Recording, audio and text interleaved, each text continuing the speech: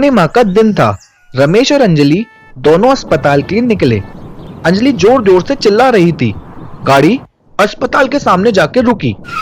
रमेश अंदर जाकर नर्स और कंपाउंडर को स्ट्रेचर लाने को कहता है। अंजलि मां बनने वाली थी। डॉक्टर उसका ऑपरेशन शुरू करते हैं। रमेश और अंजलि दोनों को दो प्यारी प्यारी बेटियां होती हैं। भगवान के आशीर्वाद से हमको दो पुत्रियां मिली। हाँ रमेश, मैं भी बहुत खुश हूँ। अंजलि, इनका नाम क्या रखना है? छोटी बेटी का नाम पिंकी और बड़ी बेटी का नाम रिंकी। रमेश दोनों बेटियों का नाम सुनकर बहुत खुश होता है। अब धीरे धीरे बेटियां बड़ी होती हैं। रमेश अंजलि से कहता है, हमारी बड़ी बेटी का रंग गोरा और छोटी बेटी का रंग काला है, पर देखो आपस में कभी भी लड़ाई नहीं लड़ती हैं। हाँ, ये बात तो है। लेकिन जब दोनों बेटियों में सही गलत का फर्क समझ में आता है, तब काली बेटी गोरी बेटी से रंग को लेकर बहुत झगड़ा करती है। एक दिन अचानक ही दोनों बेटियों में रंग को लेकर सुबह सुबह झगड़ा हो गया और झगड़े के तुरंत बाद दोनों बेटियां घर से बाहर निकल गईं। अब शाम तक दोनों बेटियां घर वापस नहीं आईं। घर वाले परेशान हो गए। अभी तक हमारी बेटियां घर नहीं आई हैं। उसकी नजर बार बार घड़ी की तरफ जा रही थी।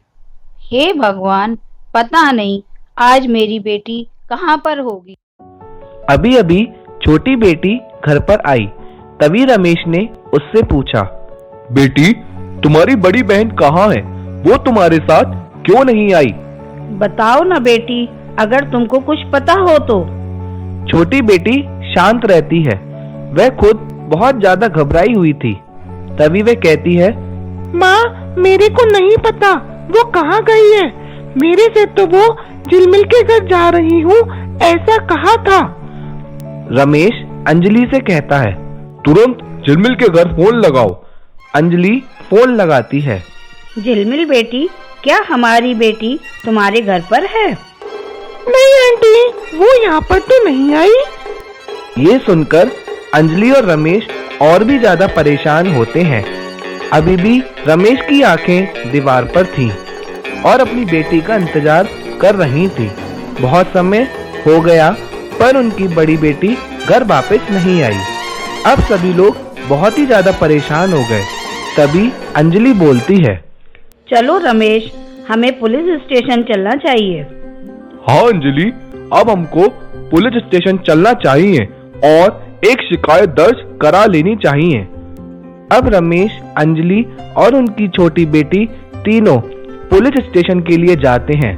पुलिस स्टेशन पहुंचकर अंजलि बोलती है घबराते हुए, इंस्पेक्टर साहब, हमारी बेटी घर पर नहीं आई है। और अंजलि जोर जोर से रोने लगती है। तभी रमेश उसको सांत्वना देता है।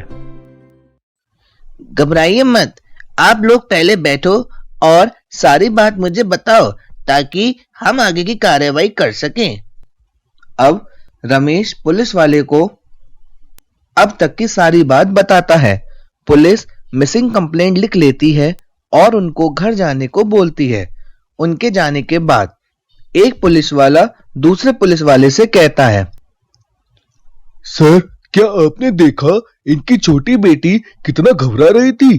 क्यों ना इसकी जांच की जाए, क्योंकि रमेश ने भी बताया था कि उस समय इनकी छोटी बेटी घर पर नहीं थी। तभी एक फोन आता है। Kamarpur police station. जी बताएं। आई एम सब इंस्पेक्टर राज विश्वास। सर, यहाँ रमरपुर के तिराहे वाले तालाब पर एक लाश मिली है। ठीक है, हम आते हैं। अब पुलिस वहां पहुंचती है। पुलिस देखती है, उसकी शक्ल तो बिल्कुल अभी जिस लड़की की मिसिंग कंप्लेंट आई है उसी लड़की से मिलती है। इसको किसने देखा यहाँ? सर, मैंने जब अपने घर को जा रहा था तभी यहाँ लाश देखी। आसपास कोई भी नहीं था। अच्छा ठीक है। लाश को जांच के लिए भेज दिया जाता है। अब पुलिस ने उस लड़की के घर फोन करा और बताया कि उनकी बेटी मर चुकी है, आप हॉस्पिटल पहुंचे। सभी लोग हॉस्पिटल पहुंचते हैं। उसकी लाश को देखकर बहुत रोते हैं। पोस्टमार्टम के बाद लाश को घर वालों को वापस दे दिया जाता है। अगले दिन पुलिस घर पहुंचती है और छोटी बेटी से पूछती है, बेटी, क्या तुम इस केस के बारे में जानती हो? क्योंकि तुम भी उस समय घर से बाहर थी। नहीं, मैं कुछ नहीं जानती हूँ। बस हमारा झगड़ा हुआ था और उसके बाद हम दोनों घर से बाहर चले गए थे। अब पुलिस उसका बयान लेकर वहां से चली जाती है। एक पुलिस वाला दूसरे पुलिस वाले से, इस परी पर ध्यान रखना जब तक कोई हमको अगला सुराग नहीं मिल जाता। अचानक एक फोन आता है।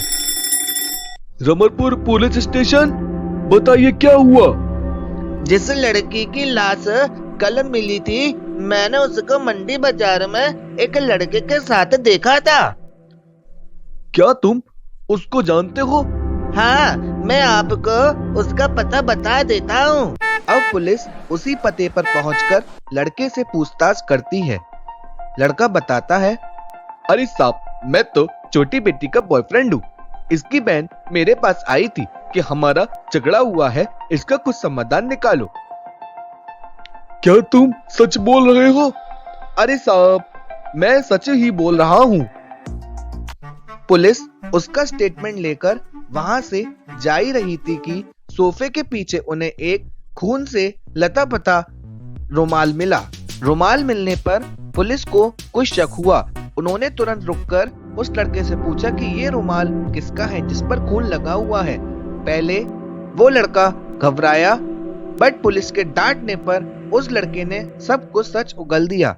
वह बताता है, अरे साहब, मेरा छोटा भाई इसकी बड़ी बहन से प्यार करता था, पर इसकी बड़ी बहन मेरे भाई को भाव नहीं देती थी, इसलिए उसने इसको घर बुलाकर एक बार पूछने की कोशिश करी, बट उसने मना कर दिया, जिस कारण इसने उसको जहर दे दिया और वह मर गई थी, जिसके कारण मैं उसको मोटरसाइकिल पर बिठाकर तालाब के किनारे छोड़ आया था।